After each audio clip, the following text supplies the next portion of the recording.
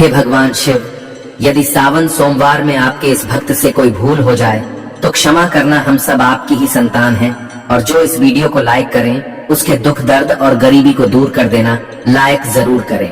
सावन की हार्दिक शुभकामनाएं दोस्तों। सावन सोमवार के पवित्र दिन में यहाँ पर बांधे एक जोड़ी हरी चूड़ी 24 घंटे के अंदर में देखे चमत्कार। सावन का जो महीना होता है मर्यादा एवं यह भक्ति का महीना होता है, भक्ति का माह होता है। सावन के पूरे महीने पर भगवान भोलेनाथ जी का नियंत्रण माना जाता है। कालों के भी काल कहे जाने वाले महाकाल शिव शंभु को सावन का महीना बहुत ही खूबसूरत लगता है। इस समय सूखे पड़े बंजर, सूखे पड़े बाग खिलखिला उठते हैं। चारों ओर हरियाली ही हरियाली दिखाई होती है। सावन का महीना लड्डू गोपाल श्री कृष्ण को अति प्रिय है। अपने बाल गोपाल रूप में भगवान लड्डू गोपाल वृंदावन में सावन में स्नान अवश्य करने आते हैं। श्री कृष्ण सखियों के साथ मिलकर वर्षा आदि में स्नान करते हैं और नृत्य आदि करते। दोस्तों, ऐसा माना जाता है कि सावन के पूरे महीने भर भगवान भोलेनाथ जी की पूजा पाठ करने से वह शीघ्र ही प्रसन्न होते हैं। सावन का पूरा महीना भगवान भोलेनाथ का प्रिय महीना है। इसकी अनेक पौराणिक कथाएं एवं धार्मिक मान्यताएं भी हैं। दोस्तों, जनसाधारण लोग किसी और महीने में संयम नियम का पालन करें या ना करें, लेकिन सावन के महीने में संयम एवं नियम का पालन जरूर करते हैं। सावन में जो लोग व्रत आदि करते हैं तो उन्हें पूरे महीने भर लहसुन प्याज तथा किसी का झूठा भोजन भी नहीं करना चाहिए, क्योंकि इस समय व्रतधारी भगवान शिव की शरण में होता है। तो आप कोई भी ऐसा पाप ना करें जिससे भगवान शिव क्रोधित हो जाएं। तो आज की जो वीडियो है बहुत ही सुंदर है, ज्ञानवर्धक जानकारी है।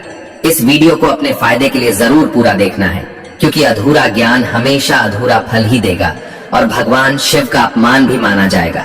इसलिए सावन के शुभ अवसर पर वीडियो को अंत तक जरूर देखें और कमेंट में अपनी राशि जरूर डाल दीजिए। यदि हमारे पास कोई उपाय होगा तो वह आकर हम आपके कमेंट के रिप्लाई में जरूर बताएंगे। सावन के महीने की विशेष महत्व कुछ इस प्रकार से है।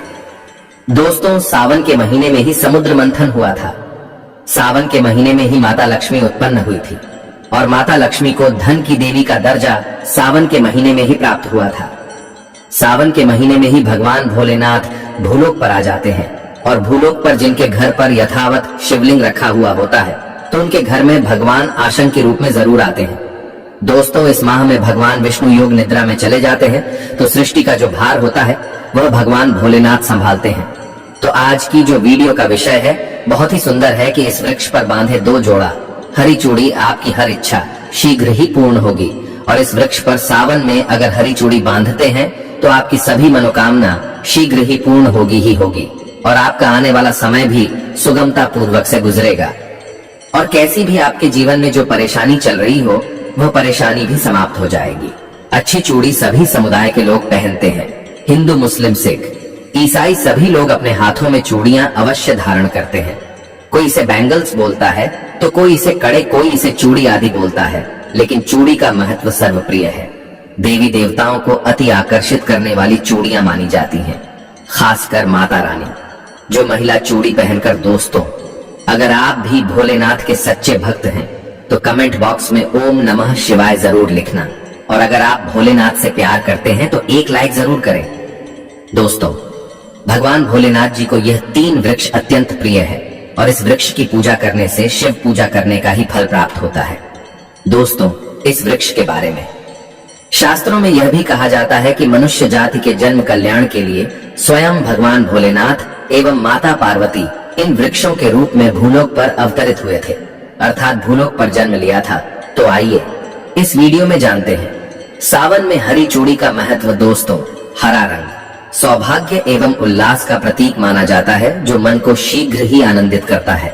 हरा रंग प्रकृति का वह स्वरूप है, हरा रंग प्रकृति का स्वरूप माना जाता है और माता पार्वती भी प्रकृति है एवं भोलेनाथ को पुरुष माना जाता है।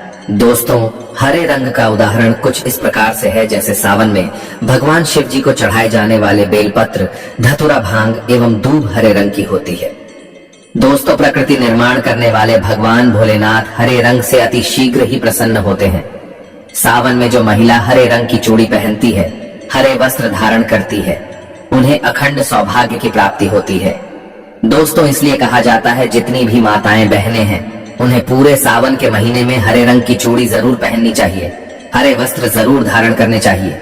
सावन के महीने में जो माताएं बहनें भगवान भोलेनाथ की पूजा करती हैं, शिव पूजा करती है, ऐसी माता बहनों को हरे रंग के वस्त्र धारण करने चाहिए। और भूलकर भी सावन के महीने में नीले और काले वस्त्र किसी भी महिला को कदापि नहीं पहनने चाहिए। ऐसा माना जाता है कि इस रंग के कपड़े पहनने से महिला के पति पर कष्ट आते हैं और उनके पति की आयु कम हो जाती है। तो दोस्तों, इस वृक्ष पर किसी भी सावन सोमवार के दिन या सावन में किसी भी समय जरूर बांधे। हरी चूड़ी दुर्भाग्य आपका सौभाग्य में बदल जाएगा। कैसी भी आपके ऊपर परेशानी हो, गरीबी हो, कष्ट हो, कर्ज हो, तकलीफ हो, जीवन में जो परेशानी हो, वह सारी समस्याएं समाप्त हो जाएंगी। दोस्तों, केवल एक ही सोमवार के दिन अगर आप यह उपाय करते हैं, हरी चूड़ी इस वृक्ष पर बांधते हैं, तो आपके जन्म जन्मांतर की गरीबी भी मिट जाती है और शीघ्र ही आपके एक ही सोमवार के दिन यह उपाय करने से मनोकामना पूर्ण होगी। तो दोस्तों, वह वृक्ष कौन से हैं? आइए जानते हैं। प्रथम वृक्ष है शमी का वृक्ष। शमी के वृक्ष के बारे में ध्यान से सुनिए। तो शमी का वृक्ष माता पार्वती का एवं भगवान भोलेनाथ जी का मिश्रित स्वरूप कहा जाता है। इसलिए दोस्तों, शमी के वृक्ष को उमा महेश्वर वृक्ष भी कहा जाता है। पूरे सावन भर शमी के वृक्ष पर माता पार्वती एवं भगवान भोलेनाथ जी का वास माना जाता है। सावन के महीने में गोधूली बेला पर प्रदोष काल के समय, अर्थात दोस्तों जब नहीं दिन हो और न ही रात अर्थात संध्या काल के समय, तो इस वृक्ष को संध्या काल के समय में, गोधूली बेला में या फिर प्रदोष समय में इस वृक्ष को छूने से पाप, दोष, कष्ट एवं परेशानी केवल सावन के महीने में छूने मात्र से समाप्त हो जाती है। दोस्तों, सावन के पवित्र महीने में अगर शमी वृक्ष की जड़ पर कच्चा दूध डाला जाए तो भगवान शिव शीघ्र ही प्रसन्न होते हैं एवं माता पार्वती का ढेर सारा आशीर्वाद प्राप्त होता है। दोस्तों, शमी के वृक्ष का महत्व कुछ इस प्रकार से है।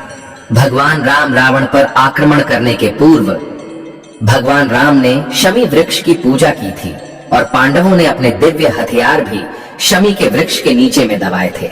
शमी का वृक्ष जिस घर में लगा होता है उस घर का कल्याण हो जाता है और उस घर में सभी प्रकार के भौतिक सुख का वास माना जाता है।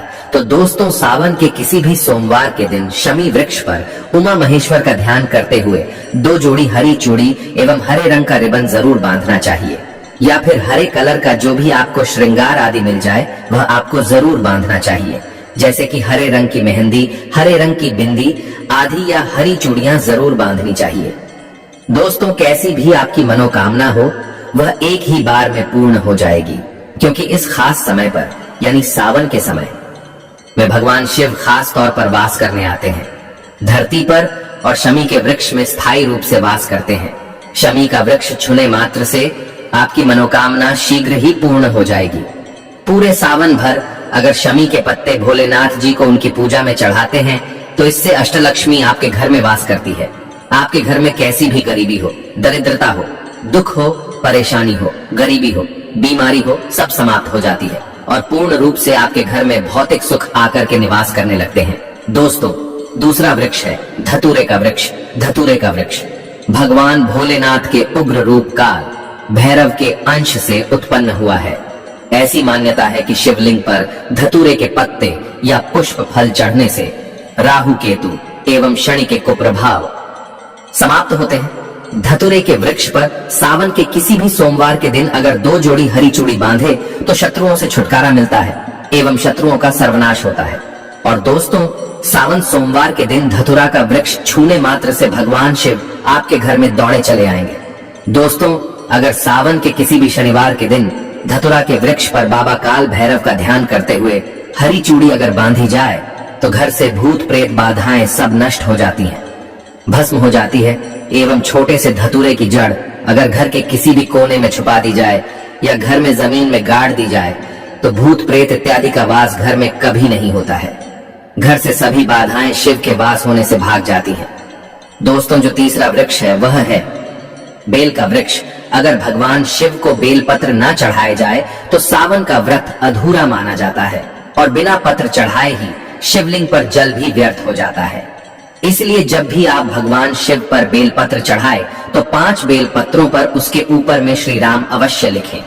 इससे भगवान शिव जल्दी और अत्यंत प्रसन्न हो जाते हैं। दोस्तों, सावन में बेल वृक्ष छूने से कई तीर्थों का लाभ मिलता है। सावन में इस वृक्ष को क्यों छूना जरूरी है, आइए जानते हैं। बेल वृक्ष की महिमा को बेल का वृक्ष। मैं आप लोगों को कई बार कई कथा में बता चुका हूं कि यह जो बेल का वृक्ष है, माता पार्वती के स्वरूप कहा गया है। तो यह वृक्ष माता पार्वती के पसीने से उत्पन्न हुआ है। स्कंद पुराण में बहुत ही स्पष्ट तरीके से बताया गया है। इसके पत्ते में शिव और डाली में पार्वती, जड़ में ब्रह्मा एवं तन में विष्णु जी स्वयं रहते हैं। संध्या काल में ऐसा माना जाता है कि शिव मंदिर के समीप में जो बेल के वृक्ष है, इसके नीचे में अगर कोई भी व्यक्ति सावन में शाम के समय, वैसे तो इसे डेली जलाना चाहिए, लेकिन अगर सावन के पावन दिनों में शाम के समय अगर भगवान शंकर जी का कोई भी शिव मंदिर है, तो उसके किनारे में जो कोई बेल का वृक्ष हो, वहां पर बिल्कुल आप एक घी का दीपक जला दीजिए। इसे बहुत ही उत्तम कहा गया है। वैसे अगर आप घी का दीपक जलाते हैं तो आपको धन गुण एवं परम शिव भक्त की प्राप्ति होती है। दोस्तों, इस वृक्ष को छूने से पाप तत्काल नष्ट हो जाते हैं। कैसा भी आपके जीवन में पाप हो, दूर हो जाता है। तो आपको करना क्या है, देखिए, जो बेल का वृक्ष है, इसे बहुत ही उत्तम कहा गया है। माता लक्ष्मी को भी बेल के वृक्ष का अवतार लेना पड़ा था। एक कथा के अनुसार इसके बारे में मैं एक कथा भी बता दूंगा कि क्यों माता लक्ष्मी को बेल के रूप में बेल के वृक्ष में अवतरित होना पड़ा था। तो आपको सावन के पवित्र दिनों में बेल के वृक्ष के नीचे हो सके तो घी का दीपक जरूर जलाइएगा। घी का दीपक बहुत ही उत्तम कहा गया है। अन्य वृक्षों को जैसे आपने मक्खन चढ़ाया, बताशे का भोग लगाया, बेल के वृक्ष को माता पार्वती तथा भगवान शंकर का स्वरूप ही कहेंगे। बेल के वृक्ष की जो जड़ होती है, इसके जो मूल भाग होते हैं, इसमें समस्त तीर्थ आकर के निवास करते हैं। इसीलिए सावन के महीने में कहा जाता है, जो लोग अगर तीर्थ धाम नहीं जा सकते, तीर्थों के दर्शन नहीं कर पाते, तो ऐसे व्यक्ति बेल वृक्ष के नीचे में 1 महीने तक घी का दीपक जला लेते हैं। तो संपूर्ण जितने भी तीर्थ होते हैं, इसके घूमने का बराबर पुण्य की प्राप्ति होती है। मैं इसलिए सारी जानकारी, गुप्त रहस्य जानकारी बताता हूँ, जिससे आप सभी दर्शकों को कल्याण हो, दर्शकों की बिल्कुल ही आध्यात्मिक उन्नति हो। सभी को धन की जरूरत नहीं होती, किसी को पुण्य की प्राप्ति की जरूरत होती है। कोई आध्यात्मिक उन्नति करना चाहते हैं, इसीलिए इस प्रकार के छोटे छोटे गुण भरे रहस्य जानकारी वीडियो में बता देता हूँ। दोस्तों, अब करना क्या है, सावन के शुभ मंगल दिनों में इस वृक्ष को छूना है। माता पार्वती से प्रार्थना लगानी है कि हे माता पार्वती, आप ही शक्ति स्वरूपा है, लक्ष्मी है, धन की देवी है, आप ही संसार को चलाने वाली देवी है। इस प्रकार से प्रार्थना करते हुए इस वृक्ष को छूना है और बोलना है, मेरी गरीबी मिटाए माता, मेरी निर्धनता को मिटाए, मेरे जीवन में चल रही परेशानियां, सारी परेशानियों को दूर करे। इस प्रकार प्रार्थना करते हुए आपको एक कपूर और एक लौंग को भी जला देना है और एक काम जरूर करना है। जलाने के बाद इस वृक्ष को आपको बोलना है कि मैं भोग स्वरूप आपको धतूरे के पत्ते एवं धतूरे के फल समर्पित कर रहा हूँ। आप स्वीकार करें। दोस्तों, इस वृक्ष की जड़ के नीचे में भी आपको धतूरे के फल एवं पुष्प को, पुष्प है तो पुष्प भी रख सकते हैं, फिर पत्ते रख दीजिए और अब वृक्ष आपको छूना है, प्रार्थना करते हुए कि हमारी गरीबी मिटाए, हमारी निर्धनता मिटाए, बिल्कुल ही आपके जीवन में कभी गरीबी नहीं आएगी। और एक प्रार्थना जरूर करना है, किसी की हाय लग गई हो, बद्दुआ लग गई हो, किसी का दोष लगा हो, जिसके कारण हमारी आध्यात्मिक उन्नति नहीं हो पा रही हो, तो आप जो है हाय बद्दुआ एवं किसी का दोष लगा हो, उसे तुरंत दूर करें। शनि राहु केतु का अगर दुष्ट प्रभाव लग रहा हो, नवग्रहों में से कोई नवग्रह हमें पीड़ित कर रहा हो, या फिर किसी भी हमारे पूर्वजों द्वारा किसी भी प्रकार का हमें पितृदोष लगा हो, क्योंकि पितृदोष लगने के कारण व्यक्ति की आत्मिक उन्नति भी नहीं हो पाती, तो आप बोलना कि समस्त प्रकार के दोषों को आप दूर करें, अपने अंदर में खींच लीजिए और आप हमें दोष मुक्त कर दीजिए। तो इस प्रकार से आपको यह प्रार्थना करनी है।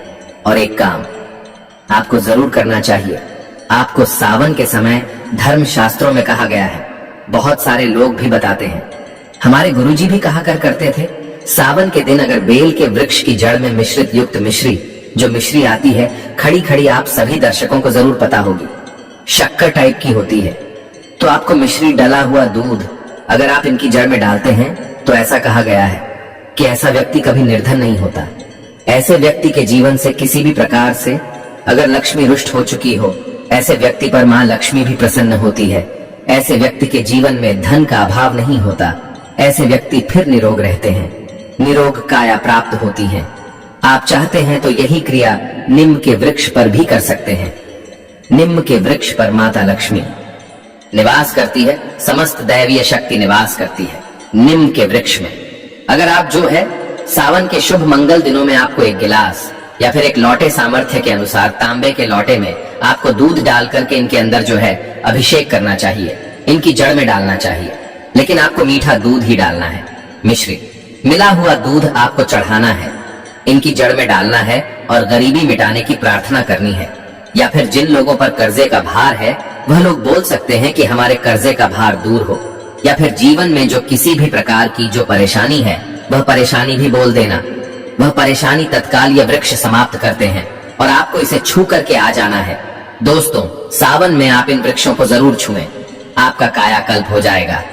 भगवान शिव आपके ऊपर मेहरबान हो जाएंगे, आपकी भक्ति की कामना आराधना पूर्ण हो जाएगी। तो अगर आप महादेव की कृपा प्राप्त करना चाहते हैं और उन्हें अपने घर पर बुलाना चाहते हैं तो कमेंट बॉक्स में लिखें, भगवान शिव आपका स्वागत है। हमारे घर में हर हर महादेव, ओम नमः।